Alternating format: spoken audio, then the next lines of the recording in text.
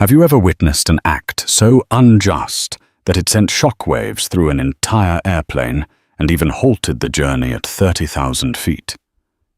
Picture this: a crowded Boeing 737.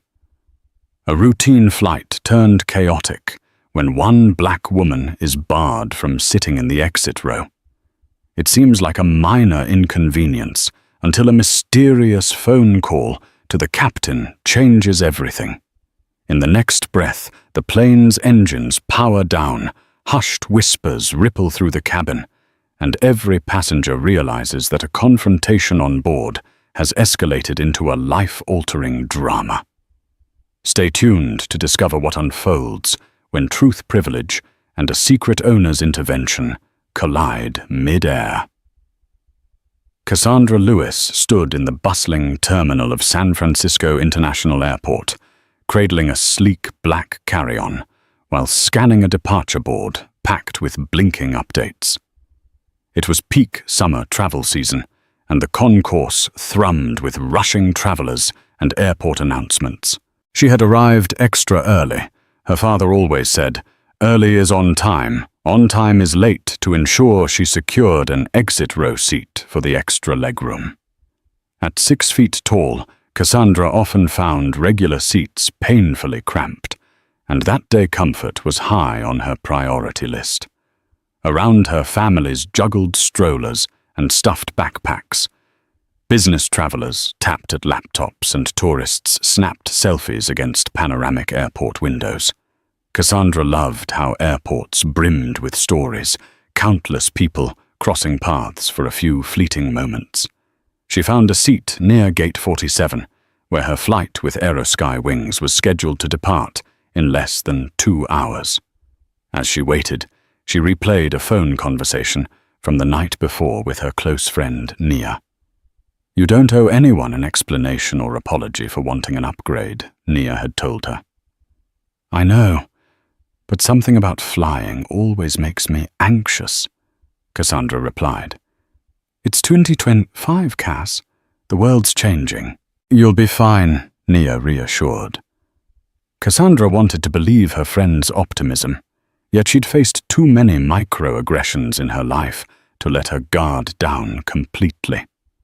Despite being a marketing executive at a prestigious firm, she had learned to anticipate roadblocks, especially in spaces where unconscious biases lurked.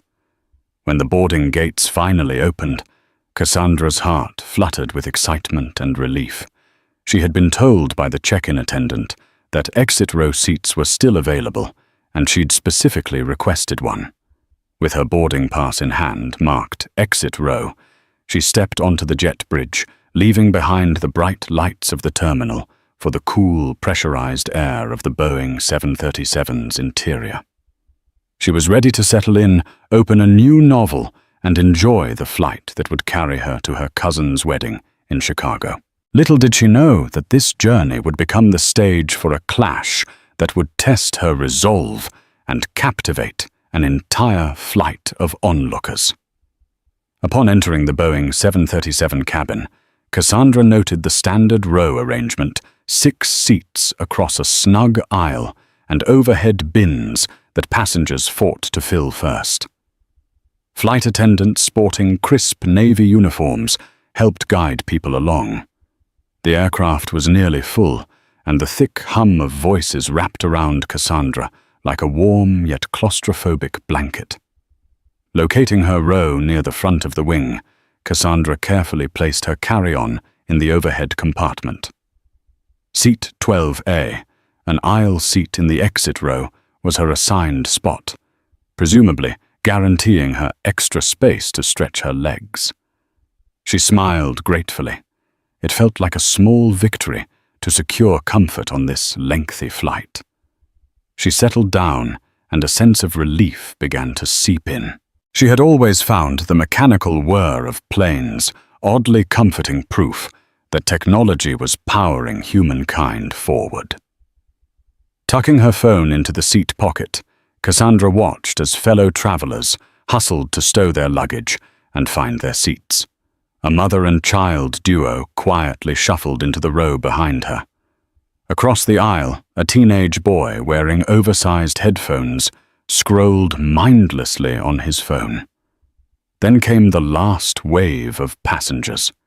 In the swirl of commotion, a tall, broad-shouldered flight attendant named Marcus came down the aisle. He gave Cassandra a friendly nod at first, then paused as though realizing something amiss. His initially courteous smile faded into an uncertain frown. "Ma'am," Marcus said, leaning down to catch Cassandra's eye.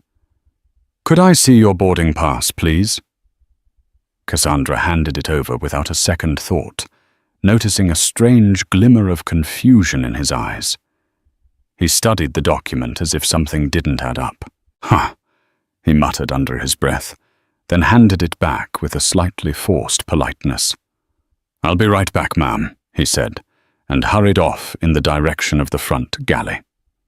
Cassandra shrugged, thinking maybe it was just a standard check. She caught the eye of an older woman 2 seats away, who gave her a tentative smile. Perhaps it was nothing. At least that's what Cassandra told herself. Yet from the way Marcus's demeanor abruptly changed, a familiar ripple of tension prickled Cassandra's nerves.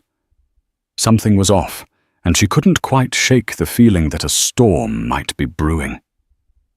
Minutes later, the commotion of final seatings had died down. Overhead bins were shut, and some passengers were already dozing. Cassandra pulled out her novel, a contemporary fantasy she'd been meaning to finish, and was just about to lose herself in its world when Marcus returned, flanked by another flight attendant named Regina. Regina, a shorter woman with neatly braided hair and a no-nonsense aura, wore a look of resolute authority. "Ma'am, I'm sorry, but we're going to have to move you from this seat," Regina announced, her tone clipped yet measured. Cassandra stared up at her in confusion. "But," why she asked, making sure to keep her voice calm and respectful. She handed over her boarding pass again. "I requested the exit row at the check-in counter, and they gave me 12A. Regina shook her head. "There seems to be a mistake. This seat is restricted, and we have certain guidelines that have to be followed. We'll need you to switch to a different seat." Cassandra felt an all-too-familiar pang in her chest. She noticed that Regina was avoiding eye contact, choosing instead to look at the seatbelt or the floor. "I'm sorry, but I'm physically capable. If there's an emergency, I can assist just like anyone else. And it's printed right here on my boarding pass." Regina exhaled, glancing at Marcus. "I understand. However, it's my job to ensure the passengers sitting in the exit row meet FAA guidelines.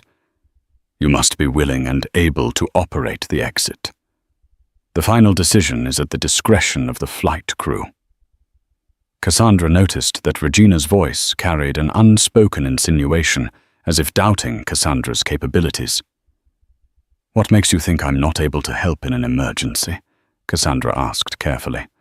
"I'm well above the required age, speak English fluently, and I'm actually stronger than I look.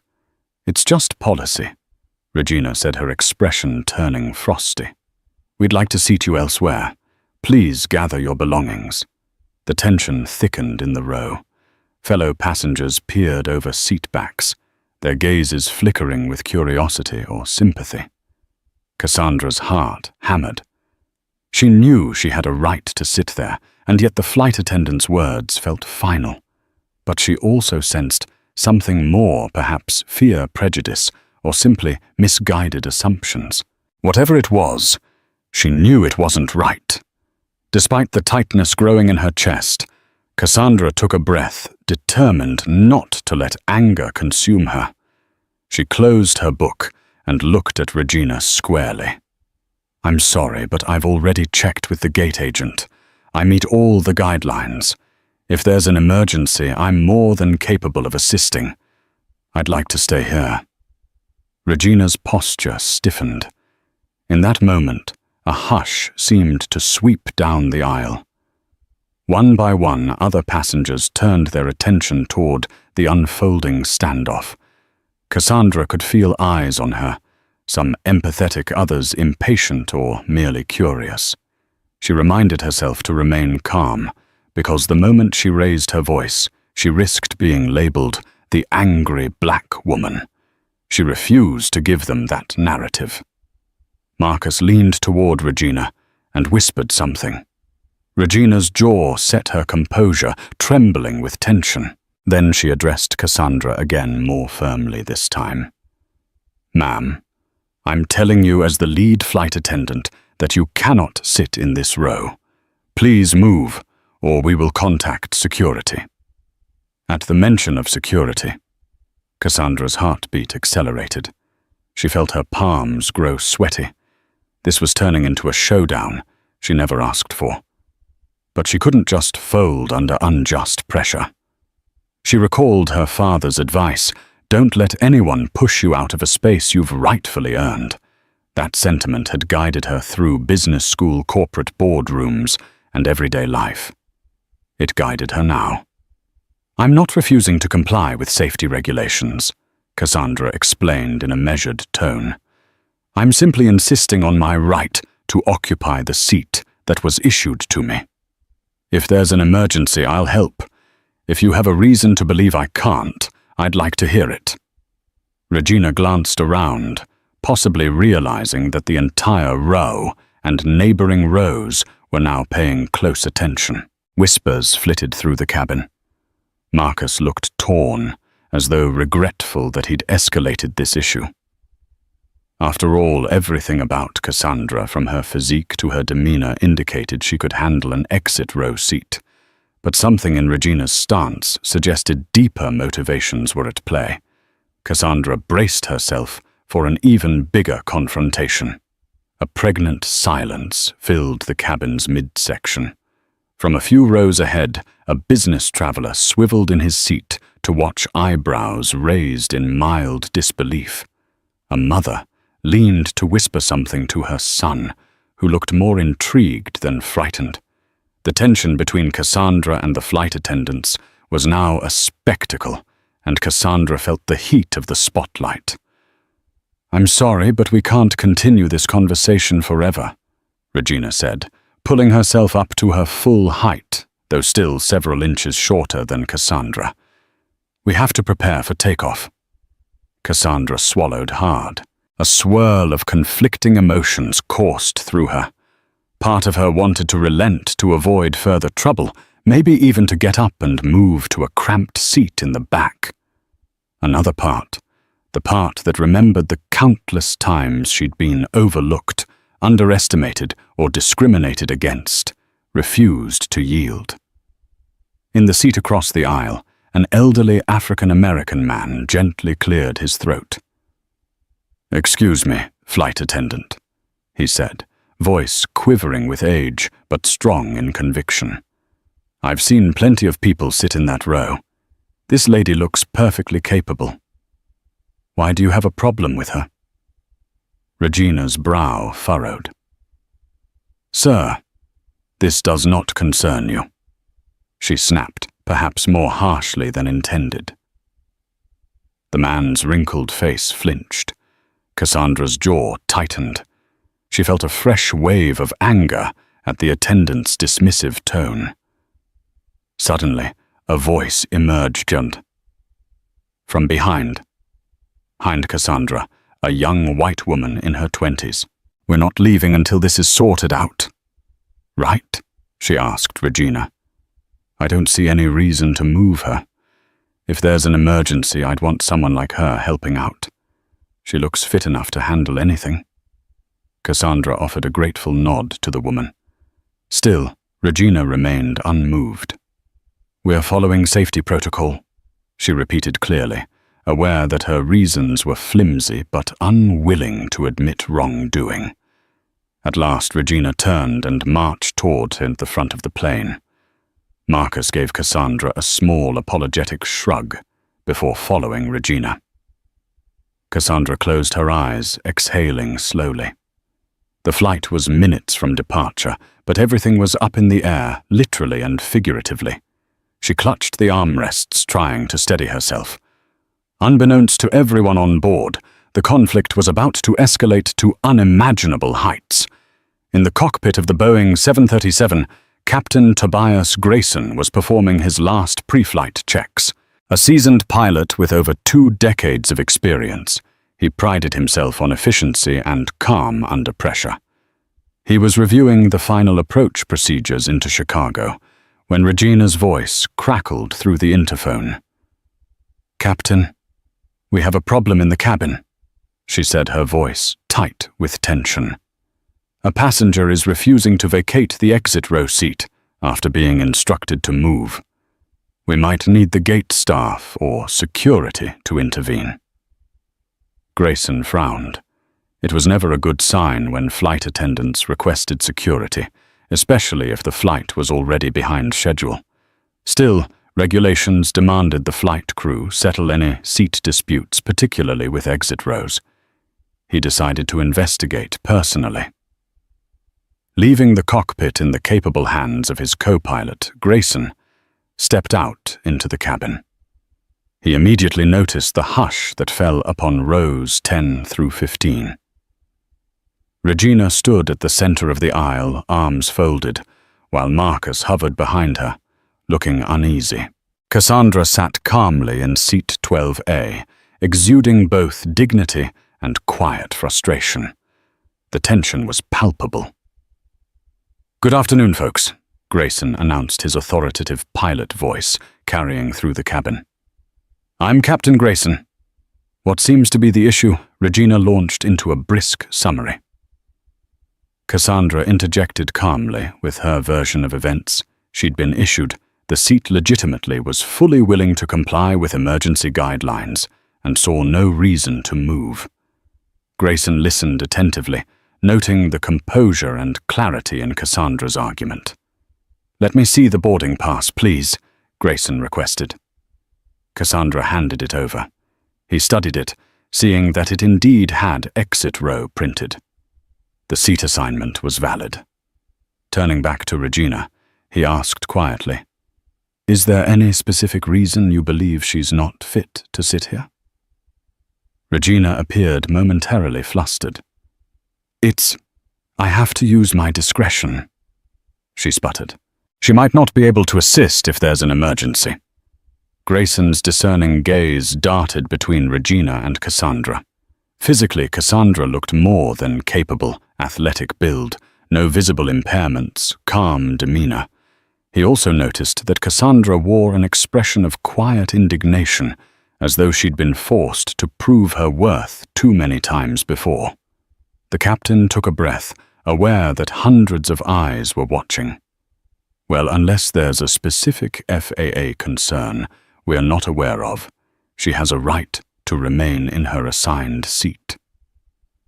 "We'll finalize this in a moment," he said, nodding once at Cassandra before turning back to the front. He had a sense that something else was fueling Regina's insistence. But from all appearances, Cassandra was well within her rights. Unknown to him, the drama was only beginning, and it would soon escalate far beyond a simple seat dispute. With the seat dispute unresolved, tension hovered over the cabin like a dark cloud. The door had been closed, the jet bridge retracted, and the plane was pushed back from the gate. Captain Grayson, somewhat convinced that Cassandra could keep her seat, returned to the cockpit to proceed with taxi procedures. Meanwhile, Regina fumed her authority, apparently challenged before both passengers and flight crew. Just as the Boeing 737 was lining up for takeoff, a buzzing interphone call shattered the cockpit's focus. Grayson glanced at his co-pilot, who shrugged and answered. As they shared a hushed conversation, a flicker of surprise crossed the co-pilot's face. "It's the airline's headquarters," he whispered to Captain Grayson. "They said there's an urgent call from the owner." Grayson felt a jolt. Calls from the top brass in the middle of an active flight scenario were practically unheard of. Worse yet, The tower was already instructing them to move onto the runway. He signaled the air traffic controller that they needed a brief hold. "Patch it through," he told his co-pilot, ignoring the swirl of confusion building in the pit of his stomach. The line crackled, and a calm but commanding voice emerged. "Captain Grayson, this is James Harrington, owner of Aerosky Wings. I understand you have a situation on board involving a passenger and an exit row seat." Grayson raised a brow. He had met Harrington only once years ago, and found him to be a brilliant but distant figure. The fact that the man was calling personally was astounding.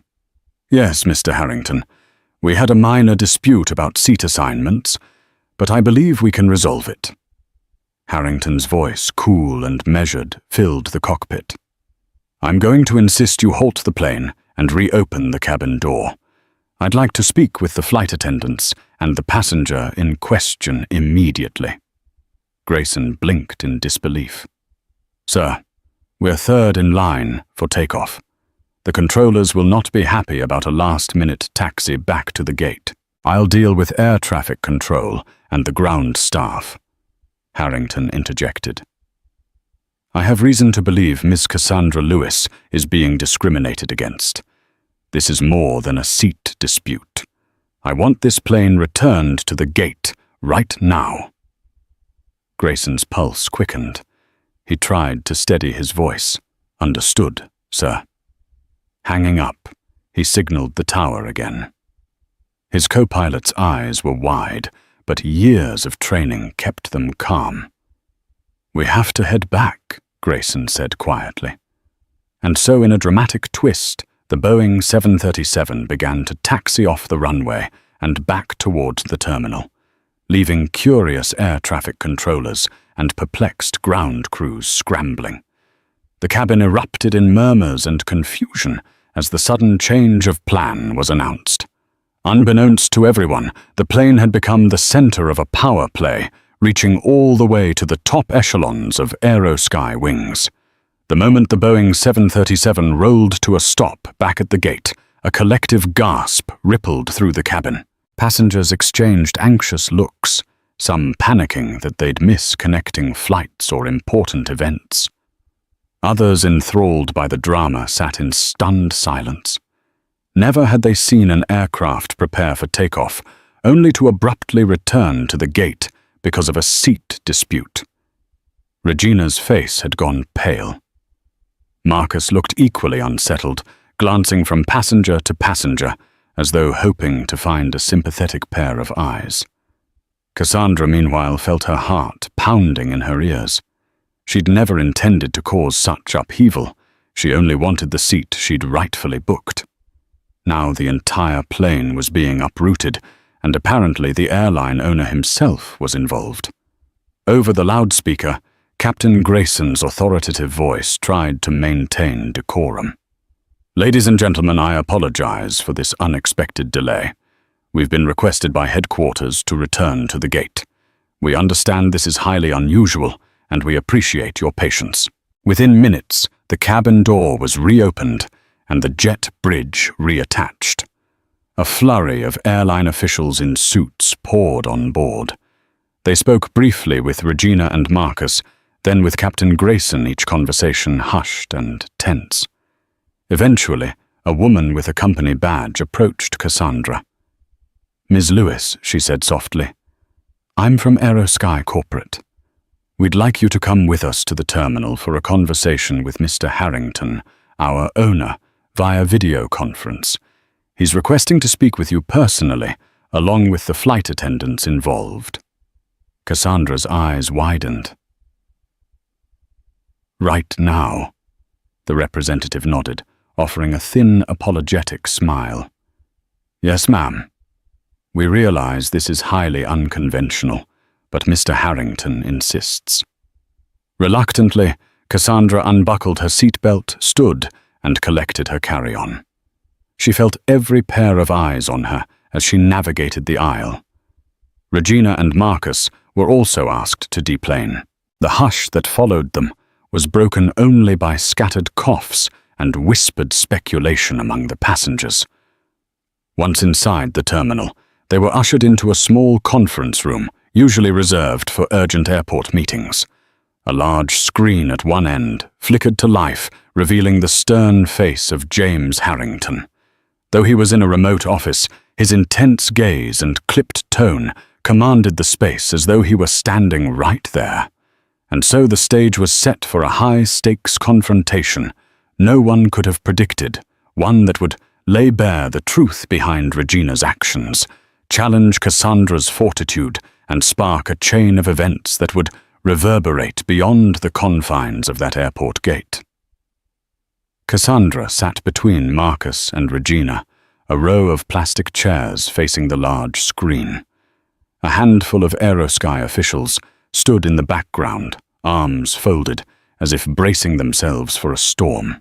On the screen, James Harrington looked formidable, a man in his 60s, silver hair, sharp suit, and piercing eyes. His silence weighed heavily, as though he was sizing them up without a word. Finally, Harrington spoke. "Ms. Lewis, I apologize for this inconvenience. I'm told you were assigned an exit row seat and then asked to move without valid reason." Cassandra cleared her throat. "Yes, Mr. Harrington. That's correct. I was told I couldn't sit there, even though I meet all safety requirements, and it's on my boarding pass." Harrington's gaze shifted. "Ms. Regina Jones, is that all?" "Your name?" he asked, eyes pinning the flight attendant. Regina nodded wordlessly, face tight with a mix of defiance and fear. "On what grounds did you deny Ms. Lewis the seat she'd legally booked?" Regina shifted, clearly unsettled by the direct questioning. "I made a judgment call," she said, her voice betraying a slight tremor. "I felt Ms. Lewis may not be the best candidate to operate the exit in an emergency. That's my prerogative as a lead flight attendant." Harrington folded his hands. "So you're telling me you believe Ms. Lewis to be physically or mentally incapable?" Regina's voice wavered. It wasn't just about capability. She shot a quick glance at Cassandra, then looked away. There was a bit of an argument. She seemed upset and maybe wasn't in the right frame of mind. Marcus fidgeted beside Cassandra. He cleared his throat. With all due respect, Ms. Lewis was calm and polite. She never refused to comply with safety procedures. In fact, she just wanted to understand why she was being singled out. An uneasy silence fell. Harrington looked from Regina to Marcus, then back. "It's my understanding that Ms. Lewis had no recorded violations, no security issues. She's an accomplished professional and well within the guidelines for an exit row seat." His voice dropped an octave. "Which makes me wonder if your actions were influenced by something other than safety, Ms. Jones." Regina's eyes flicked up in alarm. "Sir, I assure you." But Harrington cut her off. "I've received multiple passenger reports hinting at discriminatory behavior. You do realize that's grounds for serious consequences." A hush settled over the room. Cassandra felt both vindicated and strangely anxious. She had never intended to escalate the situation to this extreme. Yet here it was, a public reckoning. Regina's face twisted with panic, as though her carefully curated shield of authority had shattered. Outside, through a glass wall, passengers waiting in the terminal lined up to board another flight. Life moved on, oblivious to the drama unfolding just a few feet away. But inside that small conference room, the tension was a living, breathing entity, and it was on the brink of erupting into a full-blown upheaval. As Harrington prepared to address the company officials in the room, Cassandra found herself lost in thought. Why was the airline owner so personally invested? Sure, Aerosky was known for its strong corporate stance on customer service, but this level of involvement was unprecedented. Then a thought struck her. Maybe Mr. Harrington had personal reasons or experiences that made him extra vigilant about racial discrimination. Her quiet speculation was interrupted by the clearing of a throat. One of the Aerosky executives, whose name badge read Damian Cole, VP of Operations, stepped forward. "Mr. Harrington, shall we proceed with—" the rest he asked carefully, eyes flickering toward Cassandra. Harrington nodded gravely. "Yes, I think it's time Ms. Lewis learned the truth." Cassandra's heart fluttered. What truth was he talking about? Regina and Marcus exchanged puzzled glances. The other airline officials remained stoic. Harrington folded his hands together on his desk, looking directly at Cassandra through the screen. "Ms. Lewis, I usually guard my family connections quite closely, but I've been following your career for a while." Cassandra's breath caught in her throat. Why would the owner of Aerosky follow her career? Then he continued. "I've known your father for years, although we haven't spoken in some time.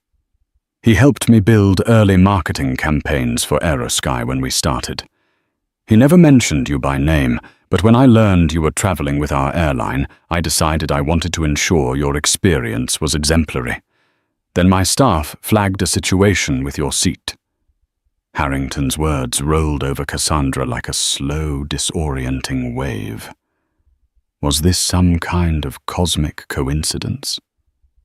She recalled her father's occasional mentions of a James Harrington, a business acquaintance from decades ago. Never once had she imagined that this Harrington was the owner of a major airline. Harrington sighed. "I only stepped in personally because I suspected something deeper was at play. A pattern of biases that occasionally surfaces among our cabin staff, despite our training. Ms. Lewis, your father's a good man, and I regret not keeping in closer contact. I wanted to ensure no wrongdoing tarnished your or anyone's travel experience." The confession left Cassandra reeling. She had always believed in forging her own path, separate from her father's connections. To be caught in this swirl of nepotism and corporate might was unnerving. She could see Regina's eyes widen in shock, perhaps realizing she had tangled with a passenger who had far more invisible support than she'd assumed. "Now," Harrington said, fixing Regina with a steely gaze, "I expect a thorough explanation." All eyes turned to Regina. Her lips quivered. In that moment, she seemed to realize that her attempt at asserting power had backfired catastrophically. The question was, would she come clean or dig herself a deeper hole? The silence in the room was no longer still. It buzzed. Cassandra sat frozen in her chair, her heart thudding like it had learned a new, faster rhythm. Her hands were clenched, though she hadn't realized it until she felt her nails pressing into her palms. Across from her, Regina stared at a spot on the floor, her mouth a taut line, her jaw visibly tight. Her body language no longer carried the confidence of earlier. Now she looked like someone balancing on the edge of something sharp. The corporate room inside the terminal had become a pressure cooker. The walls seemed to breathe with tension, even as the video screen where James Harrington, the airline's owner, had spoken, went dark. His final words still echoed embedded in the air like heat after lightning. "Discrimination, whether overt or subtle, has no place in my airline." Regina's world had tilted, and everyone could feel it. But what came next, no one could predict. Not even Cassandra. The HR representative glanced at a clipboard. "Ms. Jones, if you'd like to respond to Mr. Harrington's remarks. This is your opportunity." Regina hesitated, her throat working as she swallowed. Her eyes flicked toward Marcus, who stood by the wall, arms crossed, face unreadable. Finally, She exhaled. I didn't mean for things to go this far. She began, her voice tight but composed. I had concerns about Ms. Lewis's attitude. Cassandra felt her spine go rigid. That word, attitude, always coded, always sharp. A word that was never neutral when applied to black women in professional or public spaces. She seemed overly insistent. I felt she might not remain calm in an emergency situation, Regina continued. So I asked her to move. I didn't intend it to escalate. Overly insistent, Cassandra repeated quietly to herself, her tone flat. Her mind spun through every instance in her life when asserting her rights had been mistaken for aggression at work, in stores, even in classrooms. She had been fighting this narrative her whole life. One of the Aerosky officials cleared his throat and turned toward Marcus. Is there anything you'd like to add? Marcus looked visibly uncomfortable, caught in the gravitational pull between loyalty and conscience. His mouth opened, then closed again. Finally, he looked at Cassandra, not with pity, but with something that resembled guilt. I think we need to be honest here, Marcus said, his voice low but steady. Regina has made comments before. Comments that implied some passengers were more likely to cause issues, usually based on appearances or race. Regina's head whipped toward him. Marcus. But he didn't stop. She told me to double-check Ms. Lewis's boarding pass. She said it didn't look right. When I asked what she meant, she brushed me off. But I knew. The room stilled. Even the HR officer froze, pen hovering above paper. Marcus turned to Cassandra. I didn't say anything earlier because I thought maybe it wasn't what it looked like. Maybe I misunderstood. But the truth is I didn't. And I should have spoken up sooner. Cassandra met his gaze. You did. Now, she said softly. That still matters. Regina's composure began to crack. Her mouth opened, her voice raising an octave. That's not fair. I've worked here for 13 years. You're taking one moment, one judgment call, and twisting it. The HR official held up a hand. Ms. Jones, we've received multiple reports from passengers who witnessed the exchange. Some have already shared video footage, and more are coming in. Regina shook her head. People don't understand what we deal with. They don't see the pressure. They don't see the real threats.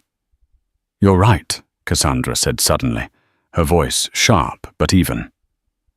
I don't see all of it, but I do see when someone like me, doing everything right, gets targeted just for existing in a seat I paid for.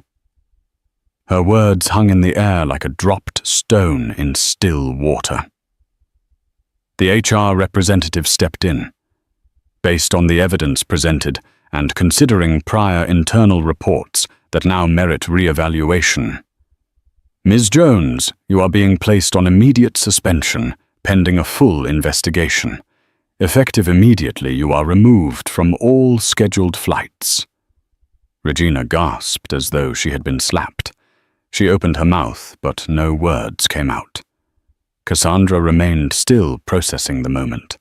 There was no surge of triumph, no desire to smirk or gloat, just a quiet, aching relief that at last someone had been forced to see the truth. Regina was escorted out by 2 staff members, her steps stiff and robotic. As the door closed behind her, the room seemed to breathe again. Marcus moved toward the center, clearly shaken. I'm sorry, he said again, this time to the room, but his eyes stayed on Cassandra. I've never seen anything like this. I thought I was helping her at first. But now... You're helping now, Cassandra said. She surprised herself with the softness in her tone. And that's a start. He looked grateful, if not entirely at peace. The HR official approached Cassandra next. "We'd like to escort you back to the gate," she said. "We'll be reboarding shortly with a new lead flight attendant.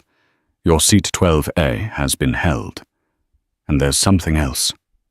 She handed Cassandra a folded slip of paper, an apology letter signed by James Harrington himself. "Ms. Lewis, thank you for your strength, grace, and clarity in the face of adversity. We failed you, and we are committed to making this right. James Harrington, owner Aerosky. Wings." Cassandra nodded slowly. She tucked the letter into her bag beside Marcus's phone number and the note from Olivia. She would keep them all not as trophies, but as proof. Evidence that the truth once forced into light had the power to move giants. As she stepped out of the conference room and back into the terminal, the morning sun had begun to rise, casting golden slants across the floor. Justice had spoken. Not with fury, but with firmness. Not with vengeance, but with resolve. And Cassandra walked toward her gate not just as a passenger, but as a woman who had changed the course of a flight and perhaps a company with nothing more than her presence and her voice. The conference room had grown quiet. The tension that once pulsed through the walls had begun to dissipate, but its aftershocks still rippled across the floor like the lingering tremor after a storm. Cassandra sat rooted in her chair, her back straight, but her limbs heavy. Fatigue, anger, and a strange form of triumph swirled through her all at once. Regina had fallen silent, her earlier bluster reduced to a cold, pale stillness. Her hands were clenched in her lap, knuckles white. She avoided everyone's eyes, her jaw tight as if willing herself invisible. The screen had gone dark just moments ago, the final image being that of James Harrington, delivering his parting words, measured direct and impossible to forget on. Discrimination, whether subtle or overt, has no place aboard my airline, and I will not tolerate it. With that, the owner of Aerosky Wings had made his stance clear. And for the first time that day, Cassandra felt the scales tip back toward balance. The door opened gently. A corporate liaison stepped in, whispering something into the ear of the HR official. The woman nodded, turned to Regina, and said evenly, "Ms. Jones, please come with us." Regina stood stiffly, her movements mechanical. As she turned to leave, she paused only briefly, just long enough to cast a final look at Cassandra. There was no apology in her eyes, no regret, only the raw wound of humiliation. But Cassandra didn't return the glare. She didn't flinch or gloat. She simply held her gaze steady and silent until Regina looked away. The door clicked shut behind her. Marcus remained behind, standing near the back wall like a schoolboy who'd just confessed to cheating on a test. His shoulders sagged, his expression haunted. But there was also something else in his eyes now, liberation. When he finally spoke, it was in a soft, cracked voice. "I know my apology doesn't erase what happened, but I meant it, Ms. Lewis. I really did. I should have stopped it sooner. I should have spoken up the moment she whispered those things to me." Cassandra nodded slowly. "You did speak up eventually. That matters." He handed her a small note, his name and number scrawled neatly. "If you ever need a statement, or a witness, anything, I'll tell the truth." She tucked it into her bag. "Thank you," she said, and she meant it.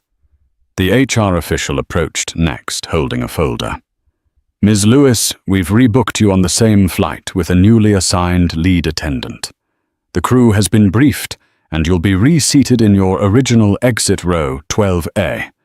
We also want to extend a formal apology on behalf of Aerosky. Cassandra nodded, not out of politeness, but because she was too tired to summon anything else. Understood. And the woman added her voice slightly warmer. Now we'd like to offer you complimentary first-class upgrades on any Aerosky flights for the next year. It's a small gesture, but one we hope will remind you we're listening. Cassandra managed a small smile. Thank you. I appreciate the gesture more than the seat. As the meeting wrapped up, she found herself standing alone in the hallway outside the conference room. The chaos had ended. The storm had passed. But the adrenaline hadn't yet left her system. She stared out the terminal window, watching another plane taxi slowly down the runway. She imagined herself in one of those tiny windows, high above the clouds, leaving behind the weight of the last few hours. She thought of the people who had spoken up for her, the ones who filmed, who asked questions, who stayed seated in solidarity. Then she thought of her father, his voice steady, always telling her, "They may try to move you, but don't you move unless it's your choice." Today she hadn't moved. The justice hadn't come easy. It never did. But it had come. And for the first time in a long time, Cassandra felt something close to peace. She reached into her bag and pulled out the boarding pass for her rebooked flight, still 12A, still exit row. But now it meant more than legroom. It meant presence, proof. She had faced the fire and remained standing. As she made her way back toward the gate, the intercom echoed overhead. Aerosky Wings, Flight 348 to Chicago, now reboarding at Gate 47. Passengers in Group A, please prepare to board. Cassandra took a breath, her spine straightening with purpose. She stepped forward, her boarding pass in hand, and walked toward the gate like a woman who owned every inch of the space beneath her. Karma had spoken, and it had spoken in her favor. 3 hours had passed since Cassandra and the flight crew were escorted off the plane. 3 long, surreal hours filled with corporate interrogations, awkward apologies, and the kind of justice that comes not in grand gestures, but in quiet, necessary reckonings. Now Cassandra stood once again at the base of the jet bridge, her boarding pass freshly reissued, and in her hand, still marked with the bold designation, 12A Exit Row. The gate agent gave her a respectful nod, one that seemed tinged with unspoken understanding. Cassandra returned the gesture before stepping into the aircraft. The cabin felt the same, yet markedly different. The overhead lights glowed warmly. The usual pre-flight bustle hummed. But the energy, the air itself, carried something new reverence. As she walked down the aisle, more than a few passengers looked up. Some smiled.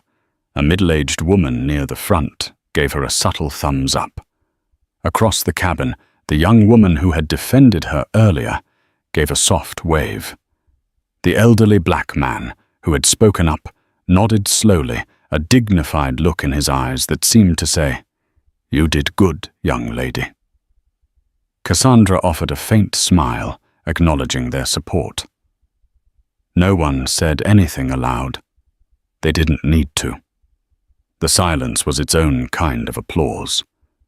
When she reached row 12, her eyes caught on a small note taped discreetly to the seatback tray. Folded neatly and scrawled in tidy cursive, it read, "Ms. Lewis, I'm truly sorry for what happened earlier. We're honored to have you flying with us. If you need anything at all during the flight, please let me know. Olivia, flight attendant." Cassandra's throat tightened as she slid into her seat. The extra legroom felt different now. no longer just a matter of physical comfort, but symbolic. A space she had fought for. A space she had claimed not just for herself, but for anyone who'd ever been told in subtle or overt ways, "You don't belong here." She folded the note and tucked it into her carry-on, intending to keep it. Not as a souvenir, but as a quiet reminder. Moments later, the captain's voice crackled over the intercom. "Ladies and gentlemen, welcome back aboard. We appreciate your patience during today's unexpected delay. On behalf of Aerosky Wings, we apologize and thank you for flying with us. Our journey to Chicago will begin shortly." Cassandra closed her eyes, the words washing over her like a warm current. The captain didn't mention her by name. He didn't need to. The message was clear enough. From her window seat across the aisle, a child peeked out with wide, curious eyes. The boy's mother leaned over and whispered something, then smiled at Cassandra. Cassandra smiled back, her expression soft, but resolute. As the aircraft doors sealed and the final safety checks were completed, the familiar whine of the engines spooling up filled the cabin. The lights dimmed slightly, casting a warm glow over the rows. Cassandra rested her head against the seat, exhaling slowly. The worst was behind her. The flight delayed and reshuffled was finally in motion. As the wheels lifted off the tarmac, the plane banked gently into the orange hues of early evening. The city fell away beneath them, lights twinkling like distant stars fading slowly into the clouds. Cassandra looked out the window, watching the skyline dissolve. A strange peace settled in her chest. Not the kind that erases the pain, but the kind that follows after standing firm, after being seen, after surviving the storm without breaking. For the first time all day, she allowed herself to rest. Across the aisle, the elderly man gave her another nod, this time a bit firmer. Cassandra returned it, her lips parting in a quiet, knowing smile. She had come aboard seeking comfort and found conflict. But now she was returning to the sky with something much greater dignity, clarity, and an unshakable truth. Her voice mattered, and no turbulence, literal or figurative, could take that away. By the time Cassandra stepped off the plane at Chicago O'Hare, the first light of dawn was beginning to stretch its pale fingers across the skyline. The airport, typically a hive of movement and urgency, now felt hushed and reverent, as if the world itself were pausing to take a breath. She dragged her carry-on through the terminal, her steps steady but slow, the fatigue of a sleepless night pressing against her shoulders like an invisible weight. The events of the past 24 hours played back in fragments, sharp flashes of emotion and confrontation. The seat denial, the humiliating confrontation with the flight crew, the surreal moment when the captain received a personal call from the airline's owner, the sudden halt of the aircraft on the tarmac, and finally the high-stakes meeting with James Harrington that shifted everything. It felt both like a blur and an eternity. Her phone buzzed as she reached the edge of the baggage claim area. A message from her cousin Janelle glowed on the screen. "Hey Cass, so glad you made it. Don't worry about the delay. We've saved you a seat at breakfast. Just get here safe. Love you." A breath escaped Cassandra's lips, a sigh that seemed to carry with it all the tension of the previous day. She tapped out a quick reply, her thumbs heavy with exhaustion, but her spirit oddly renewed. Then she caught her own reflection in a large glass panel beside the escalator. Her hair was slightly tousled, and her eyes were ringed with fatigue. But beneath the weariness was something else, resolve. A quiet fire that hadn't been there the day before. She hadn't just stood up for herself on that flight. She had stood up for something bigger. Something that reached beyond seat numbers and airline policies.